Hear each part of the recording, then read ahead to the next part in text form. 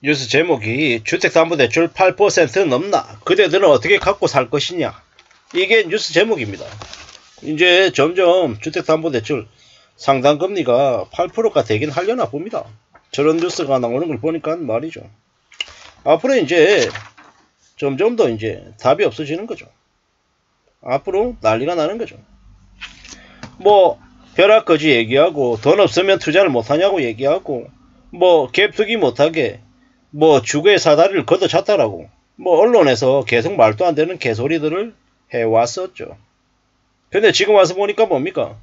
자기 돈이 있어서 비싸게 아파트를 사든 상가를 사든 뭘 하든 자기 돈으로 사는 건 문제가 안 됩니다. 왜?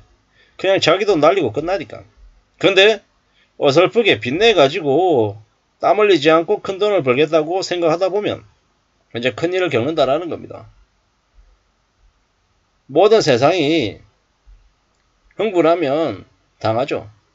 흥분하면 안됩니다. 쌀 때 사면 되고요. 뭐 부자가 됐다라고 떠들어대는 놈들의 말은 믿으면 안된다라는 게 이제 통상적인 이제 진실에 가까운 이야기입니다. IMF가 다시 왔다고 얘기하고요. 뭐 요새는 난리죠.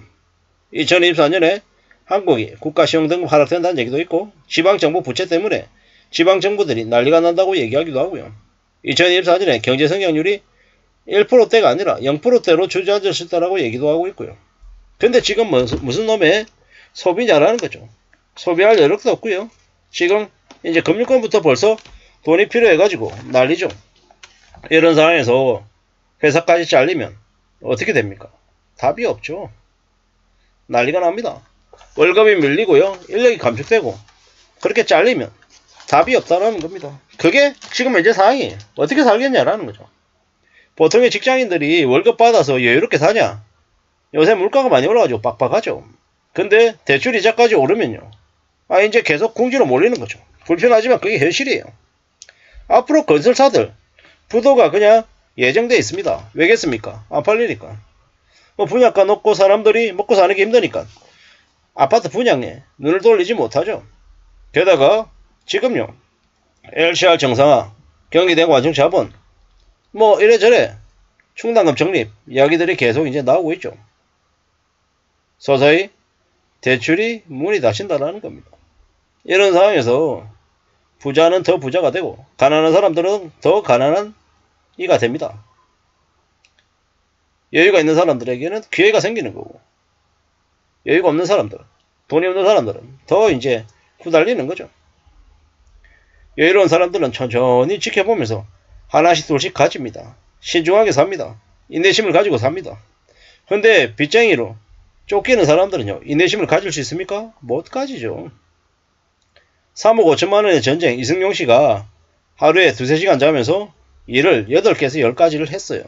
그렇게 10년을 하고 빚을 갚았죠. 근데 그렇게 살 수 있는 사람은 거의 없죠. 아주 극소수에 해당되는 초인 같은 이제 힘을 발휘한 사람이 그 이승용 씨죠.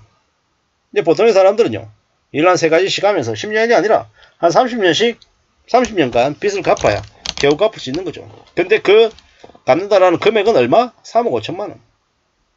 만약에 그게 5억이 되고 7억이 되면요, 50년 60년 갚아야 된다라는 겁니다. 이게 쉬운 얘기입니까? 쉽지 않죠. 사서 가지고 있다가 시세 차익 보고 싸게 누군가에게 떠넘기겠다라는 생각으로 이제 부동산을 산다. 거의 이제 자기 발에 자기가 넘어지죠. 왜냐? 부동산은 사는 건 쉬워도 파는 게 정말 어려운 겁니다. 주식하고 다르다라는 거죠. 안 팔린다라는 거죠. 경기가 차갑게 얼어붙으면 팔고 싶어도 못 판다라는 겁니다. 2014년, 2015년 대치동에 엄마 아파트 7억 5천 나와 있어도 사람들이 거들떠 보지도 않았어요. 그게 현실이었단 말이에요. 2014년에요. 저기 뭡니까? 강남에 아파트들 할인 분양하고요. 저기 반포자이 미분양이었어요. 8억에서 한 9억 정도에 팔렸단 말이에요. 30평대 아파트가. 반포자이도. 거짓말 하지 마라. 뭐 이렇게 얘기한 놈들 있으면 다 찾아보세요. 그 당시에 그랬었어요. 지인이 이제 강남구 쪽에서 부동산을 하셔가지고 그 당시 때 많이 어려우셨었어요. 그 당시에. 왜냐? 거래가 없었어요. 근데 이제 2024년, 5년, 6년 어떻게 될까요? 부동산 거래가 급감하는 거죠. 거래 급감하면 지방정부, 중앙정부 세수 부족해지고요. 사람들은 이제 점점 이제 부동산 따위에 관심을 안 가지게 됩니다. 먹고 사는 게 힘들어서요. 다른 거 신경 쓸 겨를 없는 거죠. 지난 10여 년 동안 뭐 빠숑이라 그러고 무슨 놈들 쓰레기 같은 놈들이 나와가지고 온갖 이제 개소리를 해댔습니다. 집을 사야 된다고. 집을 사든지 말든지는 개인 판단이긴 하죠. 근데 무리하게 빚을 내서 산다라는 그게 시작 전부터 잘못했다는 얘기를 하고 싶은 겁니다. 어느 정도 자기 돈을 가지고 평생 살 곳을 찾아서 사야죠. 그리고 평생 머물러야 되고요. 그게 가장 현명한 모습인 것 같습니다. 그렇게 살아야 된다라고 말씀을 드리고 싶은 겁니다. 그래야 안전하다라는 거죠. 사는 게 얼마나 힘든데, 쉽지 않은데, 쉽다고 얘기하는 놈들 말은 믿으면 안 된다라는 거죠. 그래야 살아남을 수 있을 것 같습니다. 그래야 안전하게 지낼 수 있을 것 같습니다. 잘 따져보자고요. 잘 생각해보자고요. 어떻게 살아야 될지를 두고 보자고요. 만만하게 생각하고 쉽게 대출 이자를 우습게 보고 지내면 안 될 것 같습니다. 부동산이다. 자산은, 부동산 같은 자산은 한번 가지면 평생 가져간다고 생각하고 결정해야 된다는 거죠. 뒤통수 잘 치고 말 잘하고 뭐 이런 놈들의 말에 혹해가지고 넘어가면 안 된다는 겁니다. 그놈들의 이름 뭡니까? 사기꾼.